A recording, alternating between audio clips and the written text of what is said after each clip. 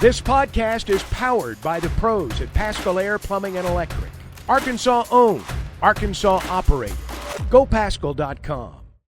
Tuesday and Thursday, two good practices with a lot of situations. We ended the day with a lengthy 2-minute drill with the ones and twos. We kind of beat up just a little bit at wide receiver and a little bit on the D line. Nothing that really you need to ask me about as far as length of injuries or anything like that, but just nagging here, there, where we didn't get a chance to work our threes in that last 2-minute drive. Other than that, we had a full practice. I've been pleased with the effort. I like the feel of the team. And we brought Ronnie Fouch and Kobe Smith here so you guys get a chance to meet them. They're two fantastic men, really great coaches. Great family men, and really honored that they chose the University of Arkansas to come help us win. Yeah, it looked like a pretty good day for the defense today. What were your kind of thoughts about the day? Yeah, we put a new defensive front in, which obviously affects the back end as well. Offense is still adding some plays too. We won't add anything coming to Saturday's practice. We won't have any new install. But to answer your question, I thought it was probably the opposite on Tuesday that it was today. So I felt like the defense played extremely fast today and has some tweaks that they did with some of their line movements, some of their twist movements that I thought affected the offense a little bit today. But as far as the week goes, I think it's probably, I don't know, win and lose, but I felt Tuesday the offense had a little bit better day, and today I thought the defense did, and they're playing really hard. So the one thing that we're not doing. We're not having wide open guys. It seems like you guys are at practice, so you see that, each ball has been very well contested. Obviously, if the lower you get down the depth chart, there might be a wide open guy here or there, but I think the foundation, the consistency of our defense is way ahead of where it was a year ago. Yeah, and when you look for the Saturday scrimmage, do you have in mind, how many plays, how long, what it'll look like? Yeah, I do. I think we're going to go about each guy who's playing with the ones and twos will get about 50 snaps. There'll be some situations, third down. We're going to do 2 minute, get the ball back 2 minute. The threes will probably get around that 30 mark. I think it'll be about 130, 140 play scrimmage. And it will conclude with the get the ball back 2 minute drill. What are some things that you maybe are most excited for assessing on Saturday with the scrimmage? Anything particular you're, really looking forward to seeing? I just want to see how much we improve. I felt like we've actually tackled to the ground 2 times already. I feel like our tackling has been decent. I'd like to see us improve in that. I'd like to see us break some tackles. I'd like to see us throw and catch consistently. And I like what we're doing secondary wise. But the intermediate pass game, I would like for us to be a little bit better on the crossing underneath routes. But I just want it to function well. I want good snaps. We had a few today that weren't good. And they weren't terrible. We're not snapping on the ground, over the head, all that kind of stuff. But I want that consistent inside the frame snap, and we're rolling on offense and defense, and just improve off the last 2 times that we've done. I can't really say that we've done anything terrible where I'm going, oh man. I would just like to be a little bit more consistent and a little bit better this scrimmage than we were last scrimmage. Jaquindon spoke with us on Tuesday, and he seemed, really kind of motivated, just playing through an injury last year, maybe coming with a chip on his shoulder. I mean, how valuable is it with a newcomer, a transfer, to kind of have that, internal motivation? And what have you seen from him so far? I think the value transfers is what kind of people they are, what kind of who are they? Obviously, we hope that we've done the right homework on him on the field from tape, which we have. But it's what you bring value, like a Taylon Green or a Junior Carmona or a Keyshawn Blackstock or Nichols or Sorey. Those guys are good kids that wanted a family football team. They wanted that feel. And JJ's the same way. I can tell you a story. I think we probably blocked first and goal from the 10 last scrimmage for 2. He got 4. So now we're set second at 6. We probably blocked the next play for 2. He got 4. And then the next time it was 3rd and 2, and we probably blocked it for 1, and he got in the end zone. And I think that's his size and his pad level, and he's played before. I think that is something that we're needing, where we're looking for, and I think he gives it to us. And I believe he's making Rashad Dubinion a better player, because Rashad's really had a good spring, and obviously I'm high on Braylon and Isaiah and those guys, and Damo, they're all playing better.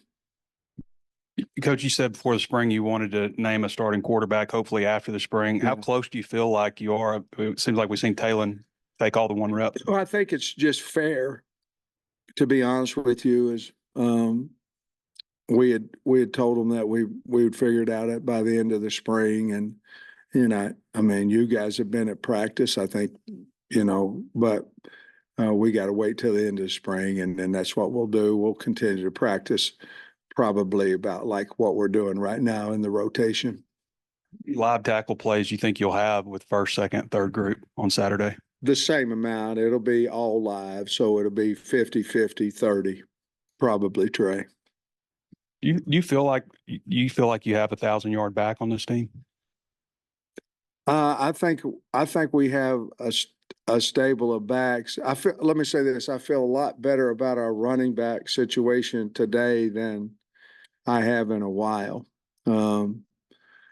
But here's what I think. I think we have several of them that can average 4.5, 5 yards a carry, and that would be more interesting to me than if we have one.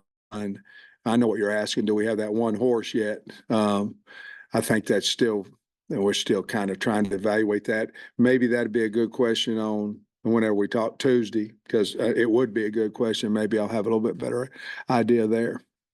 Seems like Brad Spence is in the right place at the right time and coverage a lot. Is that what you're seeing from him? Yeah, I mean, I asked him today, and right when I walked in, I said, "You gonna get you another one today?" I mean, he's an interception magnet, and that's a group we really don't talk about a lot, but that young linebacker group's pretty solid now. Dean and Spence and Sanford and obviously Sorey coming in has helped us. But he seems to understand, the route tree of what's coming at him, where he's supposed to be. He really has good eyes on the quarterback, understands where the offensive player is, and a lot of times he'll get between them and the ball, and he'd be a great tight end, I think. I'm not going to tell him that, but he can catch now. And then I think Quincy Rhodes had a sack in the 2-minute drill. Yeah. I don't know if he's played a ton with the first team defense. What do you think of that? He hasn't played a whole lot. He has played some. Landon Jackson also did a really nice job in that 2-minute. But it takes 3 of them with the picks that we're running and things like that. But he really did a nice job there too. But Quincy's a guy that needs more reps, and I think getting through this spring, he gets a little bit better each day because of his confidence grows, because he understands what he's supposed to be doing. He's playing a little faster. I think everybody in here that's ever played, if you're thinking about responsibility, you're probably a half a stride behind what you would be athletic ability wise. And you can kind of see it each day, just getting a little bit faster, because he's ultra talented. I mean, with his skills and his body size. I know he got dinged up today, but Armstrong, I guess you feel good about his injury, then also like what kind of spring has he had? Like where have you seen him improve? Outstanding. He's another guy, I think, that has developed into a leader, Tyrone Broden, but to me, Andrew is playing at a high rate. And I know he was a good player last year. I believe he's a lot better right now. He just had a tweak in the ham and I wasn't able to finish out. I think he'll be fine on Saturday, but I'm really proud of him. I'm really proud of him, and Broden too, and Tesla and all those guys. But Andrews, to me, has really changed. Him and Broden have changed. They're older. They're taking leadership ability or their responsibility, excuse me, and they're catching the ball extremely well. I wanted to ask about the two assistants you brought in here today. Both of them have a pretty extensive history with Coach Petrino. Just how much does that help with them? Well, I think the first thing is that I think it's just like anybody that we hire, either side of the ball, you would like to bring, if you can, if there's availability on your staff, you'd like to bring somebody in that's had some type of history with the coordinator. And that was when we hired Dan, and we didn't have availability, but we hired a analyst, and obviously KB, and he brought in Cooper, and on defense, Woodson came with Williams. It's the same thing with Bobby. He had recommended Ronnie, and then once Ronnie came in and was the coach and man that he is, then Coach and several other coaches, I had 6 guys recommended for Coach Smith's job, and Bobby had recommended him as well.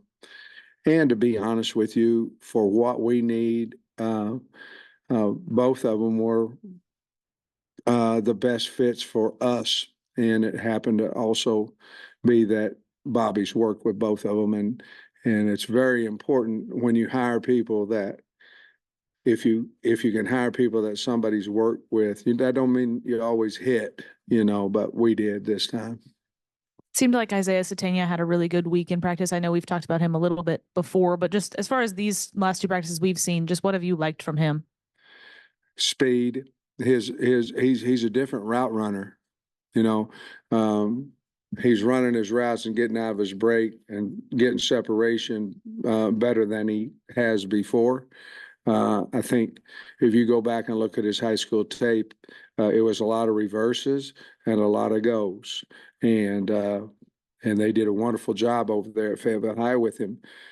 But now he's running so many different types of routes. I think Ronnie's done a really good job of getting him in and out of his breaks. With that comes confidence, and that to me is why he's catching the ball better than he has. And then was Posta there today? I didn't see him for some of the later. Andreas? I don't think he was out there. He had a thumb injury, and so he was out there in Indy, but he wasn't out there in team. But he jammed his thumb, and that's been a problem in his past a little bit. I don't think there's any type of surgical situation with that, but he was taped up pretty good in our walk yesterday, and basically what we do, we put them through Indy, and then if they can't make it through Indy, or they can't get to Indy, obviously, but if they can't make it through Indy, then they're shut down and they go rehab for the rest of the day. And then staying with the tight ends, just it seems like Gums has been used in the passing game a lot. Just how much do you like him as a weapon there? Well, I think he's the guy that we were hoping that we were getting a year ago. And again, Gums also, we're doing a little bit of crossover training, one-on-ones with linebackers and tight ends, one-on-ones with running backs and linebackers. Right now, he's one of our better protectors when we use our tight end in protection. But what we saw off of tape at North Texas is we're seeing now here, which he was hurt some last year with the ankle and things of that and like that. But right now, he's playing at a high rate of speed, and I think he's playing with a lot of confidence. But he worked extremely hard since the last of the season. Seeing Tyrone Broden get downfield a lot more. You touched on it a little bit, but only averaged 7.3 yards a catch for a guy that can run 22 miles an hour, Yeah. 6'7". What have you seen from him? He also looks like he's put on a little bit of weight. He has. That's the thing. He's not the slim, he's gained some strength, a lot of confidence. Again, Trey, part of his problem last year is a lot of reps that he missed because he was injured when he came in or went early when he was here. But him and Armstrong are the two guys. Now, Tesla's always had that confidence about him, but him and Andrew are the two guys that are like, call the play, I'll get open, throw me the football, I'll catch it, I don't care who's on me. And that's where he's gone to right now. And he's a weapon, he's a threat. He's, like you just said, he's tall, he's fast. And again, I believe his route running has improved as well. When you guys do that Okie front on defense and you have Nico and Spence basically doing the same position and they're 40 pounds difference. Yeah. What is the thought process with those guys? A lot of times that will be dictated by personnel, offensive personnel. But right now we're just trying to find out. I want the odd front. I want it without taking what we would call a big off the field. And so one of the reasons would be offensive personnel with Spence. The other one would be because his ability to rush the passer would be another situation out there. But we need to have, in my opinion, we need to have a big, in other words, a defensive end that can stand up and do that. And we need to have a linebacker in there that can do that as well. Spence, for what we have size-wise, is Dean could probably be a guy that we may look at doing that same thing, Trey, maybe starting next week. But it's just two different type of people that you might use against personnel changes on offense. Is that just something you'd mix in just kind of randomly, or is it like a certain scenario that? No, well, I think it first started because, the SEC is a mint world. I mean, an odd 4-eye world that is used a lot on first and second down. But our interior, we don't have enough. We've got 4 really good players in there, I think, on the D line, the bigs inside. And we probably could move Landon in there in a situation, which we have done in practice. We could probably move Quincy Rhodes in there if we needed to.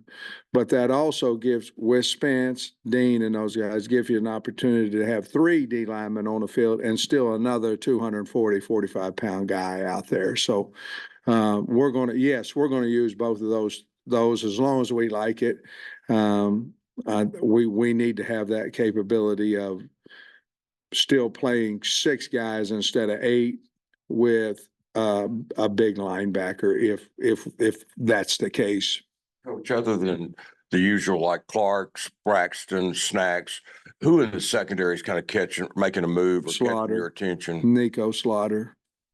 I mean, he's good as any of them back there. He's a good player. And he's a really good kid. He's done good. I like the 2 young corners, Jaden, and 2 Bridges. I like those 2 guys a lot.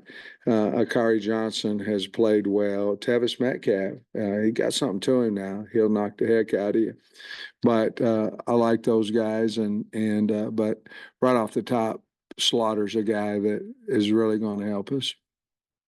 That's exactly what I want to ask you about your cornerback rotation, what you're seeing. Corners. Well, Jaheim Singletary's playing better than he has. Stewart, those 2 guys are kind of battling out. Braxton, Cuddy, that would probably be your top 4 right now. Braxton's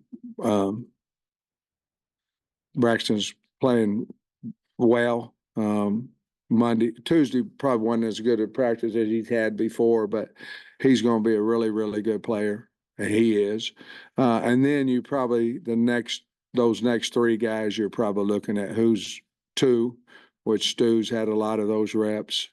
But I think Jaheim and Cuddy are two guys that could start for us. They're good players. Only, though I think we're going to be fine at the corner position that way.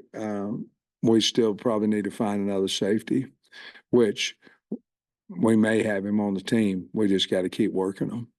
BetOnline is your #1 source for all your betting needs. Get the latest odds, lines, and matchup reports for baseball, boxing, golf, and more. BetOnline continues to be the fastest and easiest way to place your wagers, including live betting and your favorite casino and card games available to play right from your phone. Head to the website or use your mobile device to sign up today and get in on the action. Remember to use our promo code BELIEVE, that's BLEAV, for your 50% welcome bonus on your first deposit. Bet online, where the game starts.